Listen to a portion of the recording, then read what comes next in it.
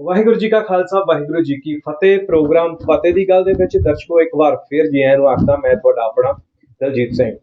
Programme ਫਤਿਹ ਦੀ ਗੱਲ ਦੇ ਵਿੱਚ ਅਸੀਂ ਹਰ ਇੱਕ ਖਬਰ ਦੀ ਪੜਚੋਲ ਕਰਦੇ ਹਾਂ, ਉਸ ਦੀ ਸਾਰ ਲੈਂਦੇ ਹਾਂ ਕਿ ਆਖਰ ਚੱਲ ਕੀ ਰਿਹਾ, ਸਰਕਾਰਾਂ ਕੀ ਸੋਚ ਰਹੀਆਂ ਨੇ, ਆਮ ਜਨਤਾ ਕੀ ਸੋਚ ਰਹੀ ਹੈ। ਤੁਸੀਂ ਜਾਣਦੇ ਹੋ ਜਿੱਥੇ ਇੱਕ ਪਾਸੇ ਕਿਸਾਨੀ ਬਿੱਲਾਂ ਨੂੰ ਲੈ ਕੇ ਅੰਦੋਲਨ ਜਿਹੜਾ ਇਸ ਵੇਲੇ ਸਿਖਰਾਂ ਦੇ ਉੱਤੇ ਹੈ, ਇਸ ਵੇਲੇ ਬੁਲੰਦੀਆਂ ਛੂ ਰਿਹਾ।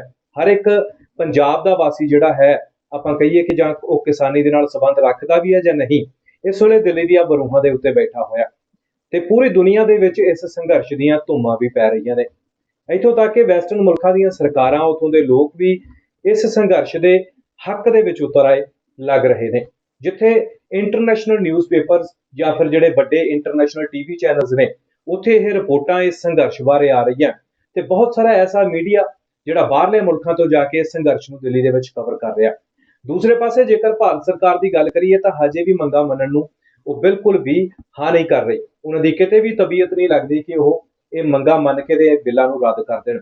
ਨਿਤ ਦਿਨ ਜਿਹੜੀ ਹੈ ਕਿਸਾਨਾਂ ਦੇ ਆਗੂਆਂ ਦੇ ਨਾਲ ਮੀਟਿੰਗਾਂ ਤਾਂ ਰੱਖੀਆਂ ਜਾਂਦੀਆਂ, ਪਰ ਉਸ ਦਾ ਸਿੱਟਾ ਕੋਈ ਨਹੀਂ ਨਿਕਲਦਾ।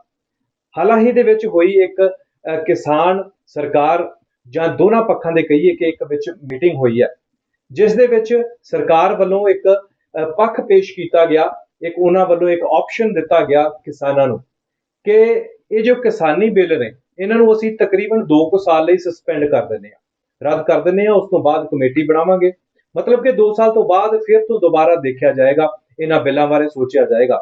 ਜੇ ਤੁਸੀਂ ਕਹਿੰਦੇ ਹੋ, ਜੇ ਤੁਸੀਂ ਰਾਜੀ ਹੋ ਤਾਂ ਅਸੀਂ 2 ਸਾਲ ਵਾਸਤੇ ਇਹਨਾਂ ਨੂੰ ਸਸਪੈਂਡ ਕਰ ਦਿੰਦੇ ਹਾਂ। ਸੋ ਇਹ ਕਿਸਾਨਾਂ ਦੇ ਸਾਹਮਣੇ ਉਹਨਾਂ ਵੱਲੋਂ ਆਪਸ਼ਨ ਰੱਖਿਆ ਗਿਆ, ਪਰ ਕਿਸਾਨ ਇਹਦੇ ਵਿੱਚ ਹਜੇ ਵੀ ਸਹਿਮਤ ਨਹੀਂ ਨੇ। ਮਤਲਬ ਕਿ ਉਹਨਾਂ ਵੱਲੋਂ ਇਹ ਕਹਿ ਦਿੱਤਾ ਗਿਆ ਕਿ ਅਸੀਂ ਰੱਦ ਕਰਾਉਣ ਤੋਂ ਬਿਨਾਂ ਜਿਹੜਾ ਹੈ ਕੋਈ ਵੀ ਕਦਮ ਜਿਹੜਾ ਪਿੱਛੇ ਨਹੀਂ ਲਵਾਂਗੇ।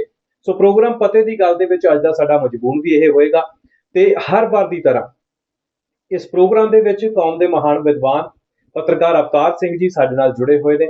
ਸਭ ਤੋਂ ਪਹਿਲਾਂ ਉਹਨਾਂ ਨੂੰ ਫਤਿਹ ਦੀ ਸਾਂਝ ਪਾਉਂਦੇ ਆ ਤੇ ਫਿਰ ਉਹਨਾਂ ਦੇ ਕੋਲੋਂ ਜਾਣਦੇ ਆ ਇਹ ਜੋ ਇਸ ਵੇਲੇ ਮਸਲਾ ਹੈ 2 ਸਾਲਾਂ ਲਈ ਸਸਪੈਂਡ ਬਿੱਲ ਕਰ ਦੇਣੇ, ਇਹ ਕਿਤੇ ਨਾ ਕਿਤੇ ਕੋਈ ਸਰਕਾਰ ਦੀ ਸਾਜ਼ਿਸ਼ ਤਾਂ ਨਹੀਂ, ਕਿਸਾਨਾਂ ਨੂੰ ਮੰਨਣੀ ਚਾਹੀਦੀ ਹੈ ਜਾਂ ਨਹੀਂ, ਇਹਦੇ ਬਾਰੇ ਆਪਾਂ ਉਹਨਾਂ ਦੇ ਕੋਲੋਂ ਹੀ ਜਾਣਦੇ ਆ।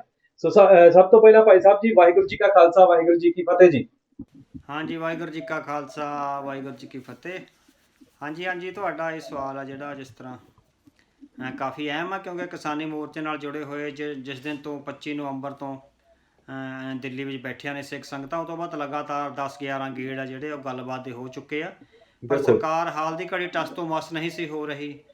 ਬੇਸ਼ੱਕ ਦਬਾਅ ਉਹਦੇ 'ਤੇ ਵਧਿਆ ਹੋਇਆ ਸੀ। ਕੁਛ ਟਾਈਮ ਤਾਂ ਜਦੋਂ 7ਵੀਂ ਤੇ 8ਵੀਂ ਮੀਟਿੰਗ ਹੋਈ ਆ ਤੇ ਜਦੋਂ ਉਹਨਾਂ ਨੇ ਪੱਲਾ ਹੀ ਝਾੜ ਦਿੱਤਾ ਸੀ, ਸਾਨੂੰ ਲੱਗਿਆ ਵੀ ਸਰਕਾਰ ਆ ਜਿਹੜੀ ਉਹ ਕਾਫੀ ਅੜੀ ਕਰੂਗੀ, ਜਿਸ ਤਰ੍ਹਾਂ ਉਹ ਹੋਰ ਲੋਕਾਂ ਨਾਲ ਅੜੀ ਕੀਤੀ ਆ। ਜਿਹੜਾ ਇਮੀਗ੍ਰੇਸ਼ਨ ਕਾਨੂੰਨ ਬਣਾਇਆ ਸੀ ਉਹਦੇ ਮਾਮਲੇ ਵਿੱਚ ਜਿਸ ਤਰ੍ਹਾਂ ਇੰਨੇ ਵੱਡੇ ਪ੍ਰੋਟੈਸਟ ਦੇ ਬਾਵਜੂਦ ਸਰਕਾਰ ਨੇ ਅੜੀ ਕਰੀ ਹੈ, ਸ਼ਾਇਦ ਉਹ ਕਿਸਾਨਾਂ ਦੇ ਮਾਮਲੇ ਵਿੱਚ ਵੀ ਅੜੀ ਕਰੂਗੀ। ਪਰ ਕਿਉਂਕਿ ਉਹਨਾਂ ਦੀਆਂ ਆਪਣੀਆਂ ਬਹੁਤ ਸਾਰੀਆਂ ਤਾਰਾਂ ਜੁੜੀਆਂ ਹੋਈਆਂ ਨੇ, ਇਹ ਇਕੱਲਾ ਜਿਸ ਤਰ੍ਹਾਂ ਇਹ ਨਹੀਂ ਹੈਗਾ ਵੀ ਅੰਬਾਨੀ ਅਡਾਨੀ ਦਾ ਮਸਲਾ ਹੈਗਾ, ਇਹ ਇੰਟਰਨੈਸ਼ਨਲ ਮਸਲਾ ਹੈ। ਸੋ ਇੰਟਰਨੈਸ਼ਨਲੀ ਜਿਹੜਾ ਵਰਲਡ ਬੈਂਕ ਆ ਤੇ IMF ਆ, ਜਿਨ੍ਹਾਂ ਨੇ ਇਹਨਾਂ ਨੂੰ ਕਰਜ਼ਾ ਦੇਣਾ, ਉਹ ਲਗਾਤਾਰ ਇਹਨਾਂ 'ਤੇ ਦਬਾਅ ਪਾ ਰਹੇ ਆ ਵੀ ਤੁਸੀਂ ਸਾਡੇ ਲਈ ਇੱਕੋ ਤਾਕੀ ਰਾਹੀਂ ਸਾਡੇ ਲਈ ਸਾਰੇ ਸੁਧਾਰ ਲੈ ਕੇ ਆਓ, ਜਿਸ ਤਰ੍ਹਾਂ ਚੀਨ ਨੇ ਕਰਿਆ। ਸੋ ਜਿਹੜੇ ਦੁਨੀਆ ਭਰ ਦੇ ਜਿਹੜੇ ਉਦਯੋਗਪਤੀ ਆ, ਉਹਨਾਂ ਦੀ ਅੱਖ ਆ ਜਿਹੜੀਆਂ ਸਾਡੀਆਂ ਜ਼ਮੀਨਾਂ 'ਤੇ ਆ, ਉਹ ਬਹੁਤ ਤੇਜ਼ੀ ਨਾਲ, ਕਿਉਂਕਿ ਜਦੋਂ ਸਟੇਟਾਂ ਵਿੱਚ ਉਹਨਾਂ ਨੇ ਜ਼ਮੀਨਾਂ ਖਰੀਦਣੀਆਂ ਤਾਂ ਸਟੇਟਾਂ ਦੇ ਆਪਣੇ ਜਿਸ ਤਰ੍ਹਾਂ ਕਾਨੂੰਨ ਨੇ, ਸੋ ਉਹ ਨਹੀਂ ਚਾਹੁੰਦੇ ਵੀ ਸਾਡੇ ਮਾਮਲੇ ਵਿੱਚ ਸਟੇਟਾਂ ਦੇ ਜਾਂ ਹੋਰ ਜਿਹੜੇ ਲੋਕਲ ਕਾਨੂੰਨ ਆ ਉਹ ਕੋਈ ਡਿੱਕਾ ਬਣ। ਉਹ ਇੱਕਦਮ ਜਿਹੜੀਆਂ ਉਪਜਾਊ ਜ਼ਮੀਨਾਂ ਉਹਨਾਂ 'ਤੇ ਅੱਖ ਰੱਖ ਰਹੇ ਨੇ। ਸੋ ਇਸ ਸੰਦਰਭ ਵਿੱਚ ਸਰਕਾਰ ਕਾਫੀ ਦੇਰ ਤੋਂ, ਕਿਉਂਕਿ ਸਰਕਾਰ ਦੀਆਂ ਆਪਣੀਆਂ ਵੀ ਲੱਤਾਂ ਬਹੁਤ ਬੁਰੀ ਤਰ੍ਹਾਂ ਫਸੀਆਂ ਹੋਈਆਂ ਨੇ। ਬੇਸ਼ੱਕ ਸਰਕਾਰ ਸਮਝਦੀ ਵੀ ਹੋਵੇ, ਸਰਕਾਰ ਨੂੰ ਇਹ ਪਤਾ ਹੈ ਕਿ ਇਹ ਕਾਨੂੰਨ ਆ ਜਿਹੜੇ ਕਿਸਾਨਾਂ ਦੇ ਵਿਰੁੱਧ ਨੇ, ਪਰ ਕੌਮਾਂਤਰੀ ਤੌਰ 'ਤੇ ਜਿਸ ਕਿਸਮ ਨਾਲ ਉਹ ਫਸੀ ਹੋਈ ਹੈ ਜਿਹਨਾਂ ਸਮਝੌਤਿਆਂ ਵਿੱਚ, ਉਹਦੇ ਲਈ ਬਾਹਰ ਨਿਕਲਣਾ ਵੀ ਬਹੁਤ ਔਖਾ ਹੈ।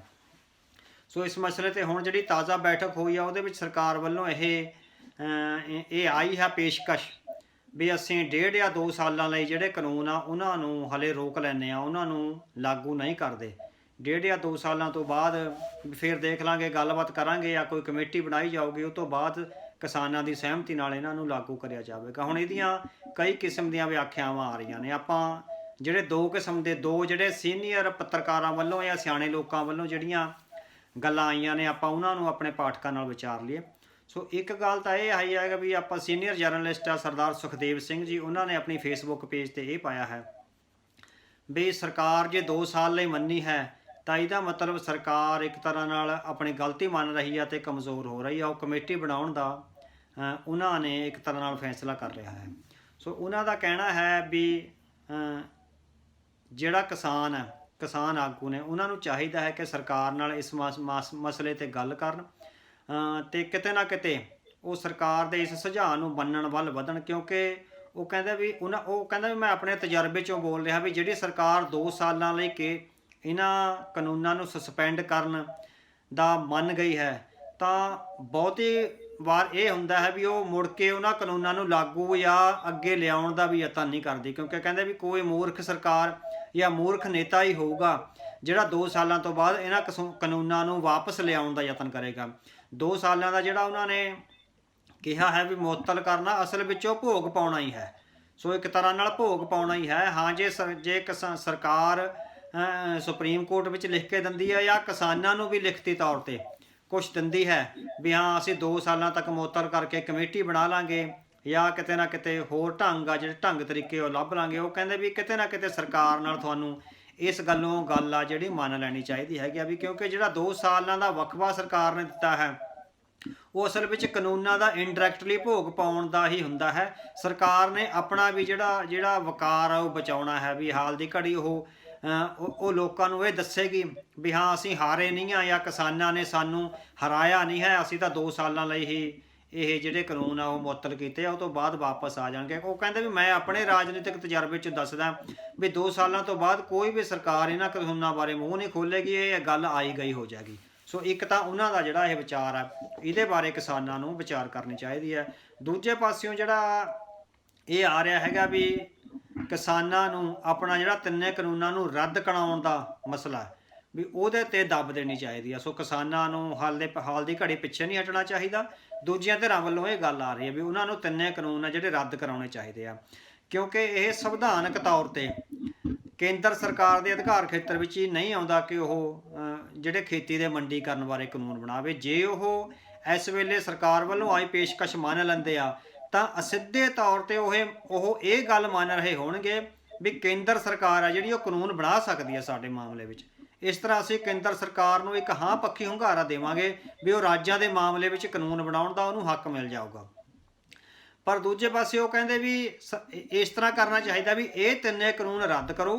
ਜੇ ਸਰਕਾਰ ਕਮੇਟੀ ਬਣਾਉਣੀ ਚਾਹੁੰਦੀ ਹੈ ਤਾਂ ਸਰਕਾਰ ਨੂੰ ਇਹ ਚਾਹੀਦਾ ਵੀ ਕਿਸਾਨਾਂ ਦੇ ਨਾਲ ਮਿਲ ਕੇ ਕੋਈ ਇਸ ਤਰ੍ਹਾਂ ਦੀ ਕਮੇਟੀ ਬਣਾਵੇ ਜਿਹਦੇ ਨਾਲ ਜੇ ਕੋਈ ਨਵੇਂ ਕਾਨੂੰਨ ਬਣਾਉਣੇ ਨੇ ਤਾਂ ਉਹ ਕਿਸਾਨਾਂ ਦੇ ਹਿੱਤ ਵਿੱਚ ਹੋਣ, ਜਿਹਦੇ ਵਿੱਚ ਕਿਸਾਨਾਂ ਦੇ ਨੁਮਾਇੰਦੇ ਆਪਣੀ ਗੱਲ ਰੱਖ ਕੇ ਆਪਣੀਆਂ ਜਿਹੜੀ ਉਹ ਮਨਾ ਸਕਣ। ਸਾਰਾ ਕੁਝ ਕਾਰਪੋਰੇਟ ਜਗਤ ਦੀ ਹਮਾਇਤ ਵਿੱਚ ਨਾ ਹੋਵੇ। ਸੋ ਕਿਸਾਨਾਂ ਦੀ ਕਮੇਟੀ ਰਾਹੀਂ, ਕਿਸਾਨਾਂ ਨਾਲ ਜੁੜੇ ਹੋਏ ਵਿਦਵਾਨਾਂ ਰਾਹੀਂ ਤੇ ਕਿਸਾਨਾਂ ਨਾਲ ਜੁੜੇ ਹੋਏ ਜਿਹੜੇ ਸੰਵਿਧਾਨਕ ਮਾਹਰ ਵਕੀਲ ਆ ਜਿਹੜੇ ਉਹਨਾਂ ਦੀ ਇੱਕ ਕਮੇਟੀ ਬਣਾ ਕੇ ਉਹਨਾਂ ਤੋਂ ਸੁਝਾਅ ਲਏ ਜਾਣ। ਸੋ ਕਿਸਾਨਾਂ ਨੂੰ ਕਿਹੜੀ ਗੱਲ ਵਿੱਚ ਫਾਇਦਾ, ਇਸ ਸੰਦਰਭ ਵਿੱਚ ਉਹ ਜਿਹੜੇ ਕਾਨੂੰਨ ਆ ਬਣਾਏ ਜਾਣ। ਸੋ ਇਹ 2 ਕਿਸਮ ਦੀਆਂ ਜਿਹੜੇ ਵਿਚਾਰ ਨੇ ਉਹ ਸਾਹਮਣੇ ਆ ਰਹੇ ਨੇ ਵੀ ਇੱਕ ਪਾਸੇ ਤਾਂ ਸਰਦਾਰ ਸੁਖਦੇਵ ਸਿੰਘ ਇਹ ਕਹਿ ਰਹੇ ਨੇ ਵੀ ਜੇ ਸਰਕਾਰ 2 ਸਾਲਾਂ ਲਈ ਮੁਅੱਤਲ ਕਰਨਾ ਮੰਨੀ ਆ ਤਾਂ ਉਹ ਇਹ ਸਮਝਿਆ ਜਾ ਸਕਦਾ ਵੀ ਉਹ ਸਾਰੀ ਉਮਰ ਲਈ ਉਹ ਮੁਅੱਤਲ ਹੋਣਗੇ। ਵੈਸੇ ਪਰ ਕਿਉਂਕਿ ਜਿਸ ਤਰ੍ਹਾਂ ਦੀ ਨਰਿੰਦਰ ਮੋਦੀ ਸਰਕਾਰ ਆ, ਇਹਨਾਂ ਦਾ ਸਾਰਾ ਕੰਮ ਕਰਨ ਦਾ ਢੰਗ ਹੈ, ਸਾਨੂੰ ਫਿਰ ਵੀ ਸੁਚੇਤ ਰਹਿਣਾ ਚਾਹੀਦਾ ਵੀ ਇਹ 2 ਸਾਲਾਂ ਬਾਅਦ ਵੀ ਦੁਬਾਰਾ ਲਿਆ ਸਕਦੇ ਆ ਤੇ 2 ਸਾਲਾਂ ਤੋਂ ਬਾਅਦ ਸਾਨੂੰ ਫਿਰ ਇਸ ਤਰ੍ਹਾਂ ਦਾ ਸੰਘਰਸ਼ ਕਰਨਾ ਪੈ ਸਕਦਾ ਹੈ। ਸੋ ਦੂਜੇ ਪਾਸੇ ਜਿਹੜਾ ਦੂਜਾ ਪੱਖ ਹੈ ਉਹ ਸਾਨੂੰ ਜ਼ਿਆਦਾ ਵਧੀਆ ਲੱਗਦਾ ਵੀ ਕਾਨੂੰਨ ਰੱਦ ਹੋਣ। ਜੇ ਕਾਨੂੰਨ ਬਣਾਉਣੇ ਨੇ ਉਹਦਾ ਡਰਾਫਟ ਕਿਸਾਨਾਂ ਨਾਲ ਮਿਲ ਕੇ ਬਣਾਇਆ ਜਾਵੇ ਤੇ ਰਾਜ ਸਰਕਾਰਾਂ ਨਾਲ ਹੀ ਬਣਾਇਆ ਜਾਵੇ। ਸੋ ਇਹ ਜਿਹੜਾ ਹੈਗਾ ਵੀ ਜਿਹੜਾ ਦੂਜਾ ਪੱਖ ਹੈ ਨਾ ਵੀ ਇੱਕ ਤਾਂ ਰਾਜ ਸਰਕਾਰਾਂ ਬਣਾਉਣ, ਕੇਂਦਰ ਸਰਕਾਰ ਨਾ ਬਣਾਵੇ। ਸੋ ਹੁਣ ਜਿਹੜੇ ਵਿਦਵਾਨ ਆ ਉਹ ਕਹਿ ਰਹੇ ਆ ਵੀ ਜਿਹੜਾ ਦੋ ਕਿਸਾਨੀ ਬਿੱਲਾਂ ਨਾਲੋਂ ਜਿਹੜਾ ਤੀਜਾ ਹੈਗਾ ਨਾ ਵੀ ਐਸੈਂਸ਼ੀਅਲ ਕਮੋਡਿਟੀ ਐਕਟ, ਜਿਹਦੇ ਵਿੱਚ ਕਿ ਭੰਡਾਰ ਕਰਨ ਦੀ ਸਮਰੱਥਾ ਬੇਅੰਤ ਸਮਰੱਥਾ ਦੇ ਦਿੱਤੀ ਗਈ ਹੈ ਵੀ ਕੋਈ ਵੀ ਵਪਾਰੀ ਕਿੰਨਾ ਵੀ ਭੰਡਾਰ ਕਰ ਸਕਦਾ, ਉਹ ਜਿਹੜਾ ਹੈਗਾ ਸਭ ਤੋਂ ਖਤਰਨਾਕ ਆ ਵੀ ਜਦੋਂ ਤੱਕ ਉਹ ਕਾਨੂੰਨ ਰੱਦ ਨਹੀਂ ਹੁੰਦਾ, ਕਿਉਂਕਿ ਉਹਦੇ ਵਿੱਚ ਲਗਾਤਾਰ ਸੋਧਾਂ ਹੋ ਰਹੀਆਂ ਨੇ, ਬਹੁਤ ਸਾਰੀਆਂ 10-15 ਸੋਧਾਂ ਹੋ ਕੇ ਉਹ ਇਸ ਲੈਵਲ ਤੱਕ ਆਇਆ ਵੀ ਉਹ ਕਿਸਾਨ ਵਿਰੋਧੀ ਕਾਨੂੰਨ ਆ ਜਿਹੜਾ ਬਣ ਗਿਆ ਹੋਇਆ। ਸੋ ਐਸੈਂਸ਼ੀਅਲ ਕਮੋਡਿਟੀ ਐਕਟ ਆ ਜਿਹੜਾ ਜ਼ਰੂਰੀ ਵਸਤਾਂ ਬਾਰੇ ਕਾਨੂੰਨ ਆ, ਉਹਦੇ ਵੱਲ ਵੀ ਧਿਆਨ ਦੇਣਾ ਚਾਹੀਦਾ ਹੈਗਾ। ਹੁਣ ਇਹ ਕਿਸਾਨਾਂ ਨੇ ਫੈਸਲਾ ਕਰਨਾ ਵੀ ਜਿਸ ਤਰ੍ਹਾਂ ਸਰਦਾਰ ਸੁਖਦੇਵ ਸਿੰਘ ਵਾਲੀ ਗੱਲ ਆਈ ਹੈ ਵੀ 2 ਸਾਲਾਂ ਵਾਲੀ ਗੱਲ ਮੰਨ ਕੇ ਉਹਨਾਂ ਨੂੰ ਮੁਅੱਤਲ ਹੀ ਸਮਝਣਾ ਚਾਹੀਦਾ, ਜਾਂ ਫਿਰ ਦੂਜੀ ਤਰ੍ਹਾਂ ਦੀ ਜਿਹੜੀ ਗੱਲ ਆਈ ਹੈ ਦੂਜੇ ਵਿਦਵਾਨਾਂ ਦੀ ਵੀ ਕਾਨੂੰਨ ਰੱਦ ਕਰਵਾਓ, ਜੇ ਨਵੇਂ ਕਾਨੂੰਨ ਬਣਾਉਣੇ ਆ ਤਾਂ ਕਮੇਟੀ ਉਹਨਾਂ ਕਾਨੂੰਨਾਂ ਲਈ ਜਿਹੜੀ ਸਰਕਾਰ ਦੀ ਉਹ ਬਣਨੀ ਚਾਹੀਦੀ ਹੈ। ਜੀ ਬਿਲਕੁਲ, ਇਸ ਵੇਲੇ ਸਰਕਾਰ ਵੀ ਆਪਣੇ ਆਪ ਨੂੰ ਇਸ ਤਰ੍ਹਾਂ ਮਹਿਸੂਸ ਕਰ ਰਹੀ ਹੈ ਜਿਵੇਂ ਕਿ ਉਹ ਫਸ ਗਈ ਹੋਵੇ, ਕਿਉਂਕਿ ਇੰਟਰਨੈਸ਼ਨਲ ਲੈਵਲ ਦੇ ਉੱਤੇ ਵੀ ਇਹ ਮੁੱਦਾ ਜਾ ਚੁੱਕਿਆ। ਤੇ ਜੇ ਸਰਕਾਰ ਪਿੱਛੇ ਨੂੰ ਸਟੈਪ ਲੈ ਲੈਂਦੀ ਹੈ, ਯਾਨੀ ਕਿ ਕਹਿ ਦਿੰਦੀ ਹੈ ਕਿ ਠੀਕ ਹੈ ਅਸੀਂ ਕਿਸਾਨਾਂ ਦੀ ਮੰਨ ਗਏ ਹਾਂ, ਤਾਂ ਉਹ ਸਮਝਦੇ ਨੇ ਕਿ ਸਾਡਾ ਸ਼ਾਇਦ ਇਹਦੇ ਨਾਲ ਨੱਕ ਵੱਢਿਆ ਜਾਣਾ, ਤੇ 2 ਸਾਲਾਂ ਲਈ ਸਸਪੈਂਡ ਕਰਨ ਦਾ ਕਹਿ ਕੇ ਹੋ ਸਕਦਾ ਹੈ ਕਿ ਉਹ ਇਹਨਾਂ ਬਿੱਲਾਂ ਦਾ ਭੋਗ ਹੀ ਪਾ ਦੇਣ। ਖੈਰ, ਦੇਖਦੇ ਹਾਂ ਆਉਣ ਵਾਲੇ ਦਿਨਾਂ ਦੇ ਵਿੱਚ ਕੀ ਹੁੰਦਾ ਹੈ। ਪਰ ਭਾਈ ਅਵਤਾਰ ਸਿੰਘ ਜੀ, ਹੁਣ 26 ਜਨਵਰੀ ਦੀਆਂ ਤਿਆਰੀਆਂ ਜਿਹੜੀਆਂ ਨੇ, ਸਾਰੀ ਦੁਨੀਆ ਦੀਆਂ ਅੱਖਾਂ ਉਹਦੇ ਵੱਲ ਲੱਗੀਆਂ ਹੋਈਆਂ। ਮੈਨੂੰ ਨਹੀਂ ਲੱਗਦਾ ਕਿ ਪਿਛਲੇ ਸਾਲਾਂ ਦੇ ਵਿੱਚ 26 ਜਨਵਰੀ ਇੰਟਰਨੈਸ਼ਨਲ ਲੈਵਲ ਦੇ ਉੱਤੇ ਇੰਨੀ ਜ਼ਿਆਦਾ ਫੇਮਸ ਹੋਈ ਹੋਵੇ, ਮਸ਼ਹੂਰ ਹੋਈ ਹੋਵੇ ਜਿੰਨੀ ਇਸ ਵਾਰੀ ਆ, ਕਿਉਂਕਿ ਟਰੈਕਟਰ ਮਾਰਚ ਕਹਿੰਦੇ ਆ ਵੀ ਕੱਢਿਆ ਜਾਣਾ ਕਿਸਾਨਾਂ ਵੱਲੋਂ, ਜਿਸ ਨੂੰ ਲੈ ਕੇ ਦਿੱਲੀ ਪੁਲਿਸ ਦੇ ਨਾਲ ਵੀ ਥੋੜੀ ਖਹਿਬਾਜ਼ੀ ਚੱਲ ਰਹੀ ਹੈ। ਮਤਲਬ ਕਿ ਉਹ ਕਹਿੰਦੇ ਕਿ ਅਸੀਂ ਪਰਮਿਸ਼ਨ ਨਹੀਂ ਦੇਣੀ, ਉਧਰੋਂ ਸੁਪਰੀਮ ਕੋਰਟ ਕਹਿ ਰਹੀ ਹੈ ਕਿ ਅਸੀਂ ਰੋਕ ਨਹੀਂ ਸਕਦੇ ਕਿਸਾਨਾਂ ਨੂੰ, ਇਹ ਉਹਨਾਂ ਦਾ ਹੱਕ ਬਣਦਾ, ਉਹ ਆਪਣਾ ਪਰੇਡ ਕਰ ਸਕਦੇ ਨੇ। ਸੋ 26 ਜਨਵਰੀ ਨੂੰ ਲੈ ਕੇ ਕਿਹੋ ਜਿਹੇ ਪਲਾਨ ਨੇ, ਕਿਹੋ ਜਿਹੇ ਪ੍ਰੋਗਰਾਮ ਨੇ, ਤੇ ਤੁਸੀਂ ਕੀ ਸੋਚਦੇ ਹੋ ਤੁਹਾਡੇ ਨਜ਼ਰੀਏ ਦੇ ਨਾਲ 26 ਜਨਵਰੀ ਕਿਹੋ ਜਿਹੀ ਰਹੇਗੀ ਇਸ ਵਾਰ? ਹਾਂਜੀ, ਹੁਣ 26 ਜਨਵਰੀ ਨੂੰ ਜਿਹੜੀ ਕਿਸਾਨਾਂ ਵੱਲੋਂ ਪਰੇਡ ਕੀਤੀ ਜਾਣੀ ਹੈ, ਉਹਦੀਆਂ ਬਹੁਤ ਵੱਡੀ ਪੱਧਰ ਤੇ ਤਿਆਰੀਆਂ ਹੋ ਰਹੀਆਂ ਨੇ। ਉਹ ਪੰਜਾਬ ਵਿੱਚੋਂ ਹੀ ਸਾਨੂੰ ਲੱਗਦਾ ਹੈ ਵੀ ਲੱਖਾਂ ਟਰੈਕਟਰ ਆ ਜਿਹੜੇ ਉਹ ਆਉਣ ਦੀ ਸੰਭਾਵਨਾ ਹੈ, ਕਿਉਂਕਿ ਜਿਨ੍ਹਾਂ ਪਿੰਡਾਂ ਵਿੱਚ ਅਸੀਂ ਗੱਲਾਂ ਕੀਤੀਆਂ ਨੇ ਪਿੰਡਾਂ ਦੇ ਨੁਮਾਇੰਦਿਆਂ ਨਾਲ ਜਾਂ ਕਿਸਾਨ ਆਗੂਆਂ ਨਾਲ ਜਾਂ ਆਪਣੇ ਹੋਰ ਜਿਹੜੇ ਭਾਈਚਾਰਕ ਸਾਂਝ ਵਾਲੇ ਸੱਜਣ ਮਿੱਤਰ ਨੇ, ਉਹਨਾਂ ਨੇ ਦੱਸਿਆ ਹੈਗਾ ਵੀ ਅਸੀਂ ਵੀ 200 ਪਿੰਡਾਂ 'ਚੋਂ 200 ਟਰੈਕਟਰ ਆ, ਜਿਹੜਾ 100 ਟਰੈਕਟਰ ਇੱਕ ਪਿੰਡ 'ਚੋਂ ਜਾਣ ਦਾ ਪ੍ਰਬੰਧ ਬਹੁਤ ਸਾਰੇ ਪਿੰਡਾਂ ਵਿੱਚ ਇਹ ਹੋਇਆ। ਸੋ ਸਾਨੂੰ ਲੱਗਦਾ ਵੀ ਲੱਖਾਂ ਟਰੈਕਟਰ ਤਾਂ ਪੰਜਾਬ ਵਿੱਚੋਂ ਹੀ ਜਾ ਸਕਦੇ ਆ, ਉਹ ਤੋਂ ਬਿਨਾਂ ਹਰਿਆਣੇ ਵਿੱਚੋਂ ਵੀ ਟਰੈਕਟਰ ਜਾਣਗੇ, ਅਤੇ ਉਸ ਤੋਂ ਬਾਅਦ ਯੂਪੀ ਅਤੇ ਉੱਤਰਾਖੰਡ ਤੋਂ ਤੇ ਰਾਜਸਥਾਨ ਤੋਂ ਵੀ ਹੋਰ ਬਹੁਤ ਸਾਰੇ ਜਿਹੜੇ ਕਿਸਾਨ ਆ ਉਹ ਇਸ 26 ਜਨਵਰੀ ਦੀ ਪਰੇਡ ਵਿੱਚ ਆਉਣ ਦਾ ਯਤਨ ਕਰਨਗੇ। ਦੂਜੇ ਪਾਸੇ ਇਹ ਹੈਗਾ ਵੀ ਸੁਪਰੀਮ ਕੋਰਟ ਨੇ ਇਸ ਪਰੇਡ ਉੱਤੇ ਕੋਈ ਵੀ ਰੋਕ ਲਾਉਣ ਤੋਂ ਨਾ ਕਰ ਦਿੱਤੀ ਹੈ। ਸੋ ਸੁਪਰੀਮ ਕੋਰਟ ਨੇ ਆਪਣੇ ਆਪ ਨਾਲ ਇੱਕ ਤਰ੍ਹਾਂ ਨਾਲ ਬਚਾਅ ਕਰ ਲਿਆ ਹੈ। ਉਹਨਾਂ ਦਾ ਕਹਿਣਾ ਹੈਗਾ ਵੀ ਕਿਸਾਨਾਂ ਨੂੰ ਕੋਈ ਵੀ ਪ੍ਰਦਰਸ਼ਨ ਕਰਨ ਦਾ ਹੱਕ ਹੈ, ਪਰ ਦਿੱਲੀ ਪੁਲਿਸ ਦਾ ਹਲੇ ਹਾਲ ਦੀ ਘੜੀ ਆ ਰਿਹਾ ਵੀ ਉਹਨਾਂ ਨੇ ਇਜਾਜ਼ਤ ਨਹੀਂ ਦਿੱਤੀ। ਸੋ ਸਾਨੂੰ ਲੱਗਦਾ ਹੈ ਵੀ ਕੇਂਦਰ ਸਰਕਾਰ ਹੈ ਜਿਹੜੀ ਦਿੱਲੀ ਪੁਲਿਸ ਨੂੰ ਸਾਹਮਣੇ ਲਿਆ ਕੇ, ਮੂਹਰੇ ਲਿਆ ਕੇ ਵੀ ਅਮਨ ਕਾਨੂੰਨ ਦੀ ਹਾਲਾਤ ਦਾ ਰੌਲਾ ਪਾ ਕੇ ਜਾਂ ਕਿਸੇ ਕਿਸਮ ਦਾ ਇਸ ਤਰ੍ਹਾਂ ਦਾ ਕਾਨੂੰਨੀ ਪ੍ਰਬੰਧ ਲਿਆ ਕੇ ਉਹ ਇਹ ਕਰ ਸਕਦੀ ਹੈ ਬਈ ਉਹਨਾਂ ਦੀ ਪਰੇਡ ਨਾ ਹੋਣ ਦਿੱਤੀ ਜਾਵੇ। ਪਰ ਜਿੰਨੀ ਵੱਡੀ ਪੱਧਰ 'ਤੇ ਕਿਸਾਨ ਟਰੈਕਟਰਾਂ ਅਤੇ ਟਰਾਲੀਆਂ ਅਤੇ ਆਪਣੀਆਂ ਗੱਡੀਆਂ 'ਤੇ ਉੱਥੇ ਦਿੱਲੀ ਵੱਲ ਨੂੰ ਕੂਚ ਕਰ ਰਹੇ ਹਨ ਅਤੇ ਆ ਰਹੇ ਹਨ, ਉਹਨਾਂ ਦੇ ਇਰਾਦਿਆਂ ਨੂੰ ਦੇਖ ਕੇ ਨਹੀਂ ਲੱਗਦਾ ਬਈ ਉਹ ਪਰੇਡ ਤੋਂ ਬਿਨਾਂ ਜਾਣਗੇ। ਸੋ ਸਾਨੂੰ ਲੱਗਦਾ ਵੀ 26 ਤਰੀਕ ਨੂੰ ਕੋਈ ਟਕਰਾਅ ਹੋ ਸਕਦਾ ਹੈ। ਦਿੱਲੀ ਪੁਲਿਸ ਉਹਨਾਂ ਨੂੰ ਰੋਕਣ ਦਾ ਯਤਨ ਕਰੇਗੀ, ਉਹ ਕਿੰਨੀ ਕੁ ਵੱਡੀ ਪੱਧਰ 'ਤੇ ਰੋਕਦੀ ਹੈ ਜਾਂ ਦਿੱਲੀ ਪੁਲਿਸ ਦੇ ਸਿਪਾਹੀ ਨੇ ਉਹ ਕਿੰਨੀ ਤੀਬਰਤਾ ਨਾਲ ਰੋਕਦੇ ਆ, ਉਹਦੇ 'ਤੇ ਡਿਪੈਂਡ ਕਰੂਗਾ ਵੀ ਉਹ ਪਰੇਡ ਹੋ ਪਾਉਂਦੀ ਆ ਕਿ ਨਹੀਂ ਹੋ ਪਾਉਂਦੀ। ਪਰ ਕਿਉਂਕਿ ਸਮੁੱਚੇ ਦੇਸ਼ ਦੇ ਕਿਸਾਨ ਆ ਜਿਹੜੇ ਵੱਡੀ ਪੱਧਰ 'ਤੇ ਦਿੱਲੀ ਵਾਲੀ ਪਰੇਡ ਲਈ ਆ ਰਹੇ ਆ, ਸੋ ਸਾਨੂੰ ਲੱਗਦਾ ਵੀ ਟਕਰਾਅ ਦੀ ਸੰਭਾਵਨਾ ਬਣ ਰਹੀ ਆ।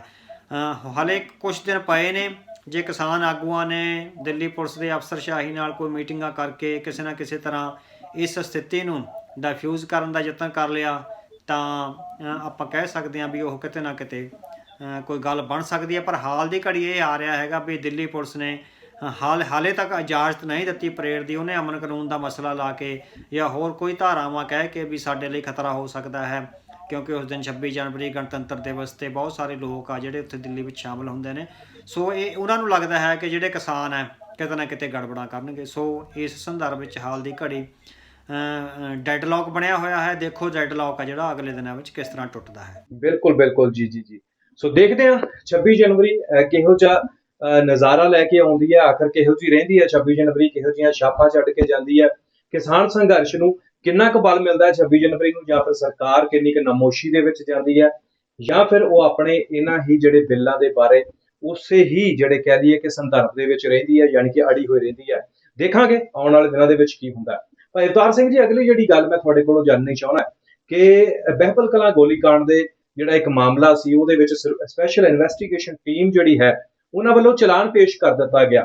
ਆਖਰ ਕੀ ਹੈ ਇਸ ਚਲਾਨ ਦੇ ਵਿੱਚ ਤੇ ਇਹਦੇ ਸਿੱਟੇ ਕਿਹੋ ਜਿਹੇ ਨਿਕਲਣਗੇ? ਤੁਹਾਨੂੰ ਲੱਗਦਾ ਕਿ ਕਾਰਵਾਈ ਹੋ ਸਕਦੀ ਹੈ? ਹਾਂਜੀ, ਇਹ ਤੀਜੀ ਇੱਕ ਖਬਰ ਵੀ ਕਾਫੀ ਅਹਿਮ ਖਬਰ ਹੈ। ਜਿਸ ਤਰ੍ਹਾਂ ਤੁਸੀਂ ਦੱਸਿਆ ਹੈ ਵੀ ਬਹਿਬਲ ਕਲਾਂ ਗੋਲੀकांड ਵਿੱਚ ਪਿਛਲੇ ਦਿਨੀ ਜਿਹੜੀ ਸਪੈਸ਼ਲ ਇਨਵੈਸਟੀਗੇਸ਼ਨ ਟੀਮ ਆ ਉਹਨੇ ਜਿਹੜਾ ਚਲਾਨ ਪੇਸ਼ ਕਰ ਦਿੱਤਾ। ਸੋ ਚਲਾਨ ਵਿੱਚ ਪੰਜਾਬ ਦੇ ਸਾਬਕਾ ਪੁਲਿਸ ਮੁਖੀ DGP ਸਮੇਤ ਸੈਣੀ ਨੂੰ ਵੀ ਉਹਦੇ ਵਿੱਚ ਦੋਸ਼ੀ ਪਾਇਆ ਗਿਆ, ਪਰਮਰਾਜ ਸਿੰਘ ਗੁਬਰਾਨੰਗਲ ਨੂੰ ਵੀ ਪਾਇਆ ਗਿਆ, ਤੇ ਹੋਰ ਕੁਝ ਪੁਲਿਸ ਅਫਸਰ ਜਿਹੜੇ ਗ੍ਰਿਫਤਾਰ ਵੀ ਹੋਏ ਸੀ, ਚਰਨਜੀਤ ਸ਼ਰਮਾ ਤੇ ਹੋਰ ਇੱਕ SP ਲੈਵਲ ਦਾ ਹੋਰ ਅਧਿਕਾਰੀ ਗ੍ਰਿਫਤਾਰ ਹੋਇਆ ਸੀ ਉਹਨਾਂ ਨੂੰ ਚਾਰਜ ਸ਼ੀਟ ਵਿੱਚ ਦਾਖਲ ਕੀਤਾ ਹੈ। ਸੋ ਹਾਲ ਦੀ ਘੜੀ ਕਿਉਂਕਿ ਸੁਮੇਧ ਸੈਣੀ ਕੋਲ ਕੋਈ ਅਗਾਊਂ ਜ਼ਮਾਨਤ ਨਹੀਂ ਆ, ਉਸ ਨੂੰ ਪੇਸ਼ ਹੋਣਾ ਪਵੇਗਾ। ਦੇਖੋ ਕਿਸ ਸੰਦਰਭ ਵਿੱਚ ਪੇਸ਼ ਹੁੰਦੇ ਆ, ਜਾਂ ਉਹ ਜਿਸ ਤਰ੍ਹਾਂ ਦੀਆਂ ਚਾਲਾਂ ਚੱਲਣ ਵਿੱਚ ਮਾਹਰ ਹੈ ਤਾਂ ਹੋ ਸਕਦਾ ਉਹ ਅਗਲੇ ਦਿਨਾਂ ਨੂੰ ਹਾਈ ਕੋਰਟ ਵਿੱਚ ਆਪਣੀ ਅਗਾਊਂ ਜ਼ਮਾਨਤ ਦੀ ਅਰਜ਼ੀ ਲਾ ਕੇ ਤੇ ਇਸ ਕੇਸ ਵਿੱਚ ਹਾਜ਼ਰੀ ਭਰਨ ਤੋਂ ਮੁਨੱਕਰ ਹੋ ਜਾਵੇ।